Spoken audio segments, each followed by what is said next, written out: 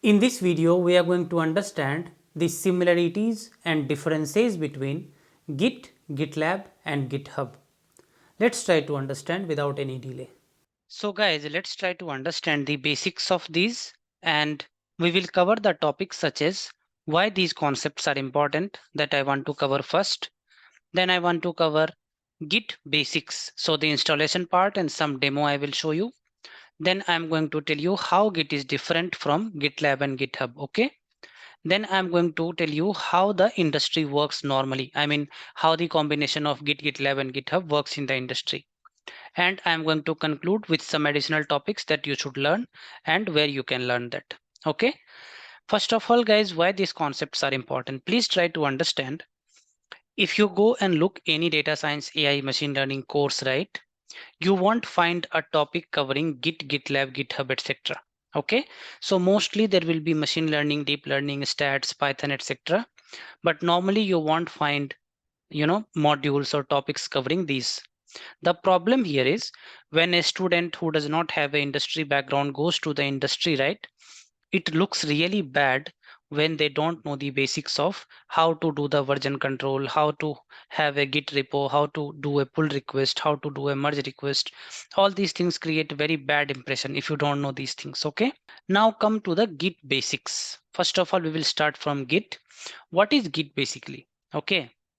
So in one line, if somebody asks you what is Git basically, it is nothing but version control software. Okay, version control tool or software, whatever you want to say. What is the meaning of version control? So meaning of version control is very simple. I have a file. Tomorrow I go and edit that file. I want to have a history of what was the previous version, what is next version, who edited, for what purpose they edited. Okay, that is basically version control. And tool is any software, any utility, any tool that you install on your local machine. Okay, so what is the first property of Git? Git is basically a tool that gets installed in your local machine. When I say it gets installed in your local machine, then it will get installed just like you install any other software. So if I go to Google and search for Git install, right, you will see that a page will open like this. It will say you download Windows version or Mac version or Linux version, whatever it is.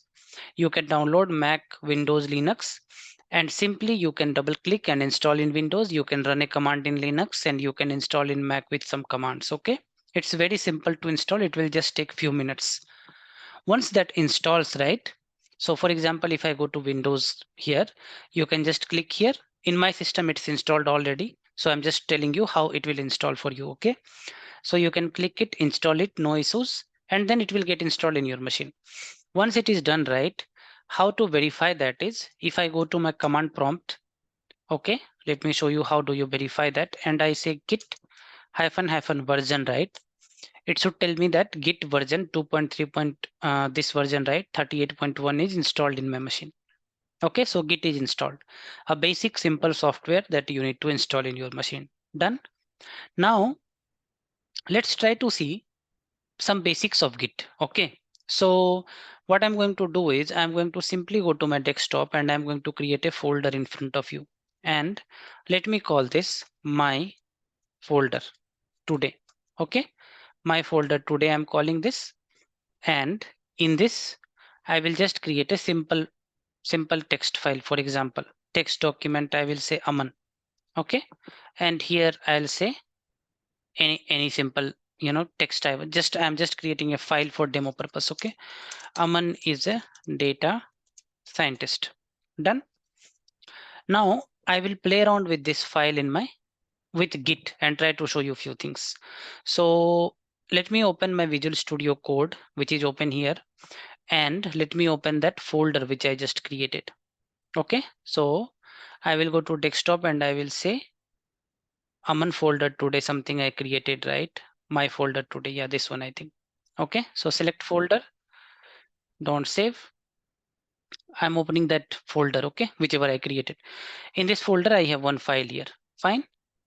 What I want to do now is, till now, Git is not active on this folder. So I have not told to Git that, hey, you have to keep a track of this folder or files inside that. Okay. So Git is not tracking this folder now. So if I go and run a command called git status, right, it will tell me not a git repository. Okay, the reason for this is git is still not tracking this. Okay, so I have to tell to git that, hey git, please track this. For that, I have to run a command called git init. At the moment I run git init, you will see that it's a initialized empty git repository in this. I created this on my desktop. So on my desktop, my folder today is now tracked using git. Okay, and if I run using git status, right, you will see that it tells me on branch master, no commits yet, untracked file aman.txt. So it is telling me the file aman.txt is untracked. Why? Because I have not committed this file yet. Once I commit, right, then I can make the changes and it will be tracked. So till now I have just told to git that, hey git, this is the folder I want to track. Okay, now what I need to do is I need to commit this change, first change. Okay, for that, the first command I need to run is I need to add my file to staging. That I will do using git add dot. So it is added in staging now. Okay, if you see on the left hand side, there is a symbol coming A. The meaning of A is it is added. Okay, added for commit now, and then I can commit git commit -m first commit, I will say. Okay, first commit. So first commit has been done, and git status will tell me that on branch master, nothing to commit, working tree clean. So now my repository is working clean. Okay, on branch master. So what I have done now, I have just created a file and I'm trying to track that using git. That's all I have done. For that, what I have done, I have told to git that I want to track this. Then I added that to staging called git add, and then I committed this. Three things only I have done. Let me go and change this file now. For example, Aman is a data scientist with 12 years of industry experience. Okay, I will say Control S. So at the moment I say Control S, right, you will see that there is a M coming here. The meaning of M is file is modified. So every time the file is modified, right, and if I run git status, it will tell me that aman.txt is modified. Okay, and this modified file, if I want to commit it back, right, I need to follow those two steps again. I will add it to staging and I will say commit and I will say second commit. Okay, second commit, done. Now if I run git status again, right, you will see it will tell me on branch master, nothing to commit, working tree clean. So this is my second commit. Now I did two commit here, first commit and second commit. So I want to see git log of that file. Okay, if I see this, right, you will see that the first commit happened on this time. Okay, and the second commit happened on this time. So it is telling me log of what all commits happened. Okay, in this particular file, I can also very well see the what was changed in one particular commit. Okay, so for example, git show. So if you can see here the git show command, right, it will tell me that if you see minus and red, right, that means this was removed, and plus and green means this was added. Okay, so it is telling me, if you see this carefully, right, it is telling me that what was changed between first commit and second commit. So in the second commit, right, it is telling me this line was removed and this line was added. Okay, so this is how my git, my computer's software is taking care of version control in my machine. Okay, now this is a simple basic git setup and demo, but you need to understand very clearly how git is different from GitHub and GitLab. Okay, so till now I am into the local machine only and everything I am doing in the local machine only. Okay, but there is concept of git, and there is something known as, you would have heard, GitHub, and there is something known as GitLab. Okay, so as I showed you, git is something that you can install in your local computer that makes git a tool or software. Okay. On the other hand, GitHub or GitLab is not something you can install in your local machine. That makes these things as service. Okay.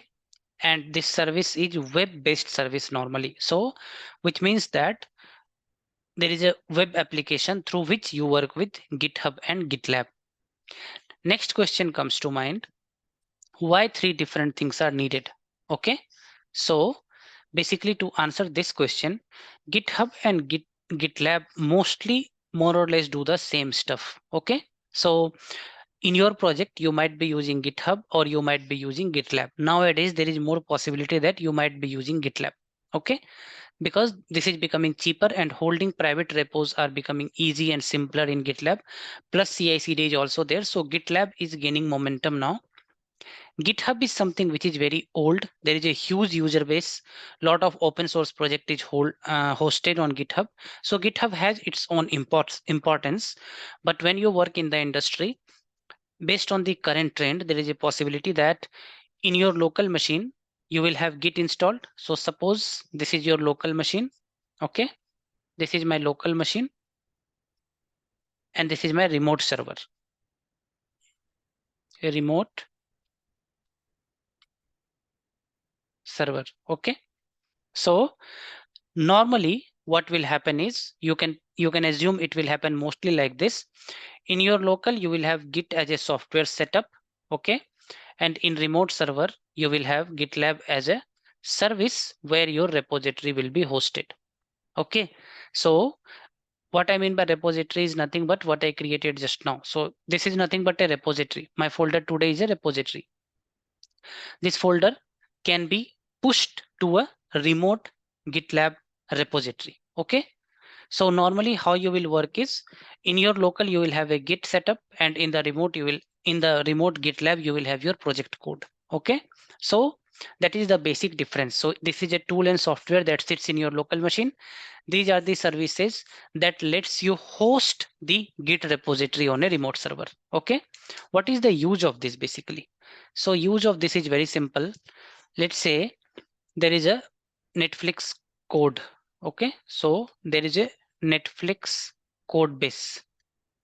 Netflix code base is there. And on this Netflix code base, there are 500 developers which are working parallelly. So this is developer one. Okay. Developer two. We will take three developers only for simplicity. Developer three. Three developers are working on Netflix code base. Okay. Let's say developer one is working on improving the response time of the movies. Okay. So developer one is working on improvement. Okay. Improvement. Developer two is working on some bit of new design. Okay. New design. And developer three is working on error fix. Okay. Error fix.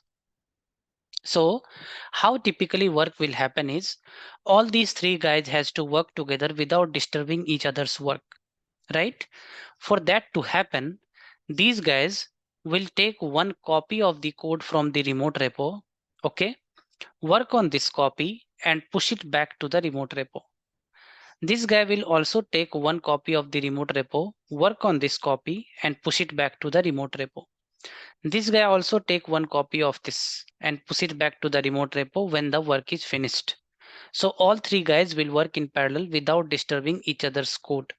Normally, as I told you, Netflix code base will be sitting in a remote GitLab server, and these guys will be using their local Git setup to do all these push, pull, fetch, merge, etc.